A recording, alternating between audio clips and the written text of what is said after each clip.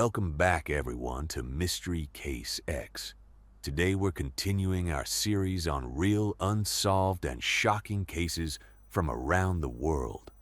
And once again, this one takes us back to the Fragrant Harbor, Hong Kong this time, in the years 1991 and 1992. During those 3 consecutive years, the Hong Kong film industry produced 3 horror films inspired by the same case: The Untold Story in 1991, Dr. Lam in 1992, and Night Killer in 1993. All 3 were based on real events from one of the most disturbing criminal cases in Hong Kong history. Of the 3, Dr. Lam, starring Anthony Wong as the lead villain, is arguably the most well-known and most talked about. Wong's portrayal of the killer's twisted psychology and the dark inner world that drove him to commit such atrocities was nothing short of extraordinary. The film contains graphic and deeply disturbing content on par with The Untold Story, starring Danny Lee, which was based on the Bunman case, a story I covered in a previous video. Feel free to go back and check that one out. So, what is today's case? What happened? How brutal was it that the Hong Kong Police Department issued an order absolutely no female forensic examiners were allowed to participate in the investigation? Every woman was removed from the process. The entire forensic team had to be male, because the crimes committed against women were so savage, so horrific, that authorities made that call. Keep in mind, forensic examiners deal with death and crime scenes every single day. They're trained to keep their emotions in check. They have nerves of steel. And yet, in this case, police decided that no woman should have to see what was found. Just hearing that alone tells you everything you need to know about how severe this case truly was. This case left a lasting impact on Hong Kong, especially on women. For a long time afterward, people were too afraid to take a taxi, and on rainy nights in particular, no one dared step into a cab. The details that came out during the investigation published across newspapers were simply too haunting to shake. Because this is a true crime case, some details and descriptions may be disturbing. Please take a moment to consider whether this type of content is right for you. If you feel that videos like this negatively affect your mental state, it's completely okay to stop here. For everyone else, let's begin. In April of 1982, the Hong Kong police received a tip from a photo development shop in Mong Kok. A photo lab technician reported that he was holding a set of images, close-up photographs of what appeared to be human body parts brought in by a customer to be developed. Police immediately set up a stakeout at the shop and arrested the customer when he came back to pick up his photos. The man was identified as a taxi driver named Lam Kwor Wan, 27 years old. Officers arrested him and accompanied him back to his apartment armed with a search warrant. Inside his unit at On Hing Building in Guizhou Street, they uncovered more than 40 video reels and a large number of close-up photographs depicting nude female bodies. All of the women were dead. Investigators also found weapons, a camera, and a video recorder hidden inside his room. Lam then led police to a location at To Lo Harbor, where 2 female bodies had been buried. So, who was Lam Kwor Wan? Let's take a closer look at his background. His real name was Lam Yao Kung, born in 1955. He grew up in a household defined by violence. His father beat him relentlessly, some incidents severe enough to put him in the hospital. And it wasn't just him. His mother endured the same abuse. From early childhood, Lam witnessed and suffered through it all with nowhere to turn. and no way to escape. As a teenager, he became extremely withdrawn. No friends, no girlfriend. He essentially lived in isolation even within his own home. He spent most of his time locked inside his room. Around 1970, he developed an obsession with collecting pornographic magazines which he ordered from the UK because he was too embarrassed to buy them locally. No one in his household knew. He kept his collection hidden inside a locked metal box tucked under his bed. In 1973, he was arrested after threatening a woman in a public restroom with a knife attempting to assault her. He was caught only because someone happened to walk in at that moment and raised the alarm. However, he was diagnosed with a psychiatric condition, and instead of being convicted, he was committed to a mental institution. After just 102 days of treatment, he was released. By 1978, he had obtained his taxi license, and it was around this time that Lam Yao Kyung changed his name to Lam Kwor Wan. From here on, we'll refer to him by that name. In 1981, Lam developed a new interest: photography. He studied cameras and technique, and even joined local photography clubs near his home. Looking back, it's clear that Lam Kwor Wan was someone who had never learned to manage his emotions or control his impulses.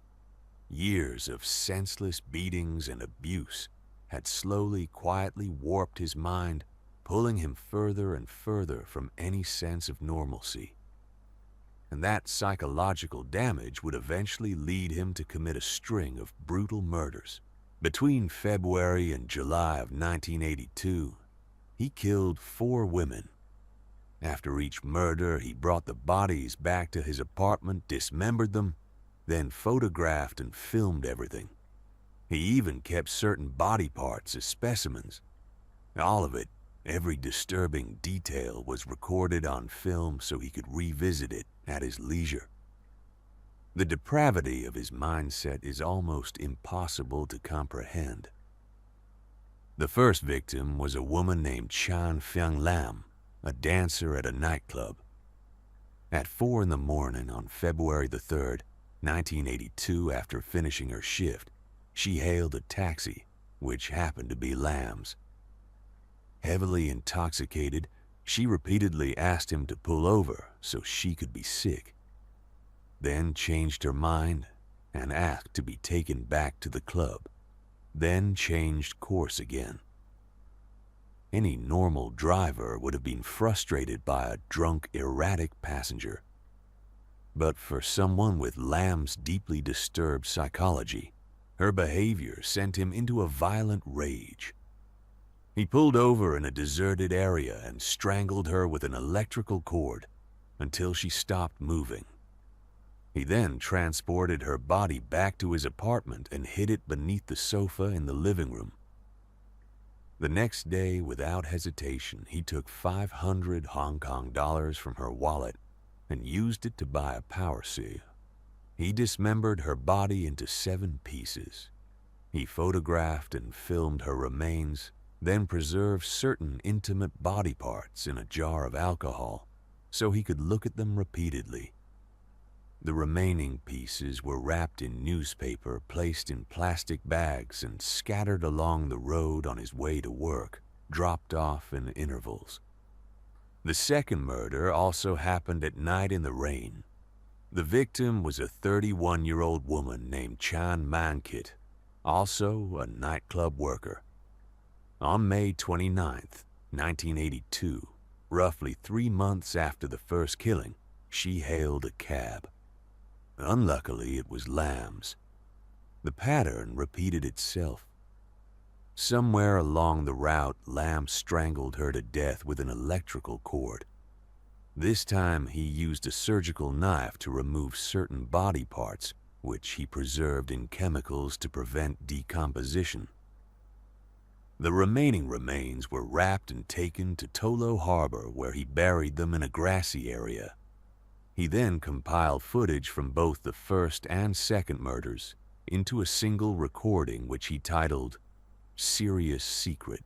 The third victim was a woman named Ling Xiaowan, a tragic soul who worked not as a dancer or hostess, but simply as a cleaning staff member at a nightclub. Around June of 1982, little more than 2 weeks after the second murder, she too was killed inside Lam's taxi. Her body was brought back to his apartment and met the same fate. Every detail was captured in photographs and short video clips, which he compiled into a film he called Rainy Night Action. Her remains were wrapped and buried on a hillside near Tolo Harbor. The fourth victim was only 17 years old. Her name was Leung Wai-sum. On July 2, 1982, after a farewell party with her teachers and classmates, she got into a taxi to go home and climbed into Lam's cab. This case was slightly different. During the ride, Lam talked with her at length. They spoke about school, family, religion, and spirituality. By all accounts, they seemed to connect, and it appeared that in his own twisted way, he felt something for her. But in the end, he still strangled her with the cord. She was the only one of his 4 victims who was sexually assaulted before being killed. And like the 3 before her body was taken home, dismembered and documented. He named this one Operation 4. In truth, when investigators reviewed the videos and photographs, they suspected the number of victims could be far higher, possibly up to 15. But because the remains had been so thoroughly disposed of across different locations, and because Lam flatly refused to reveal anything further, the court could only prosecute based on the 4 confirmed cases. In March of 1983, after a 20-day trial, a Hong Kong court sentenced Lam Kwor Wan to death by hanging. When the verdict was read, he showed no reaction whatsoever.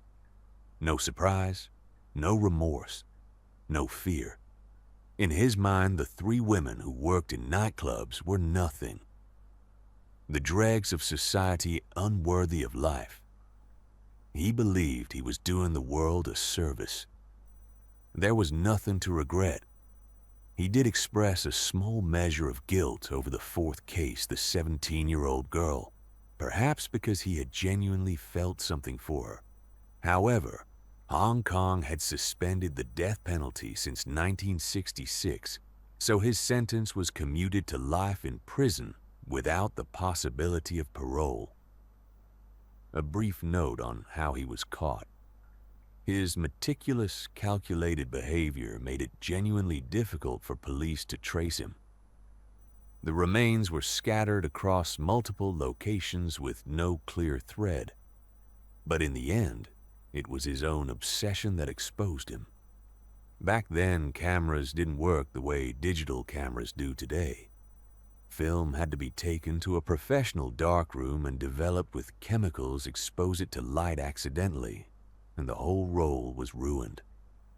Lam had no such facility at home, which meant he had to take his film to a photo shop.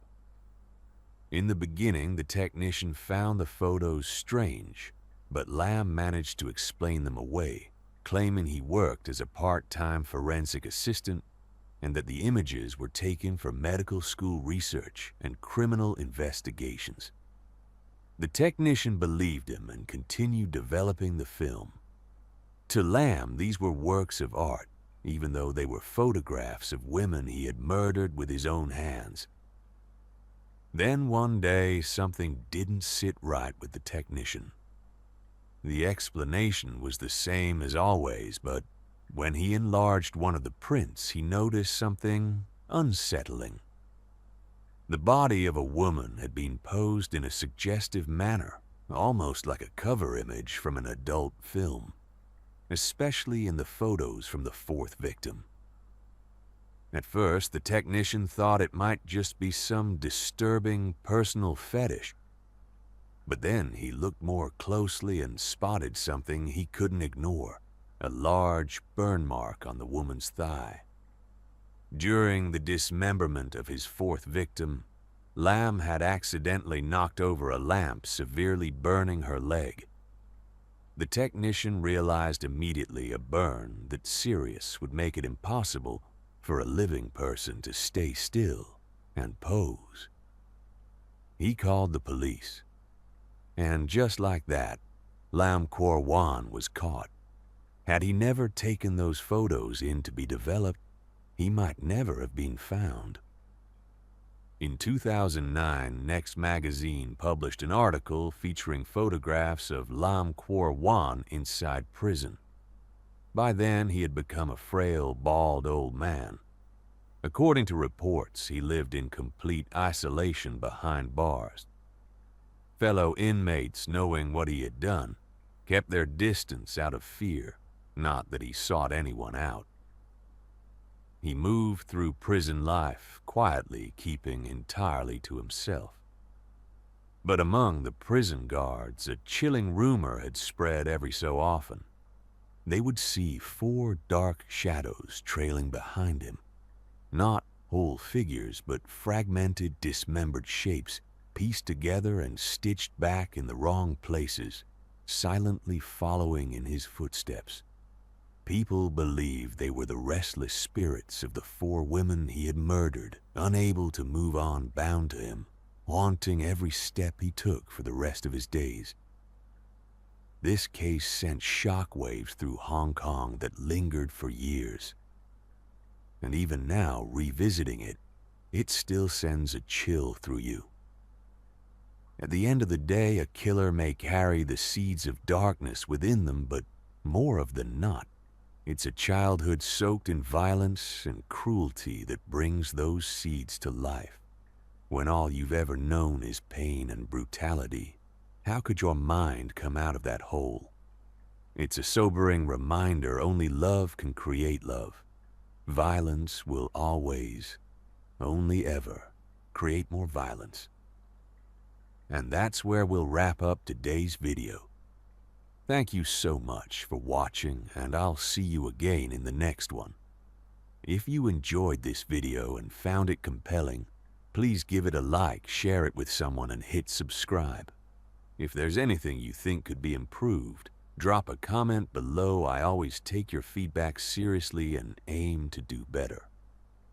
And if you have an interesting story, a mystery, or a paranormal tale you'd like me to cover or narrate on the Mystery Case X channel, send it my way through the links in the description.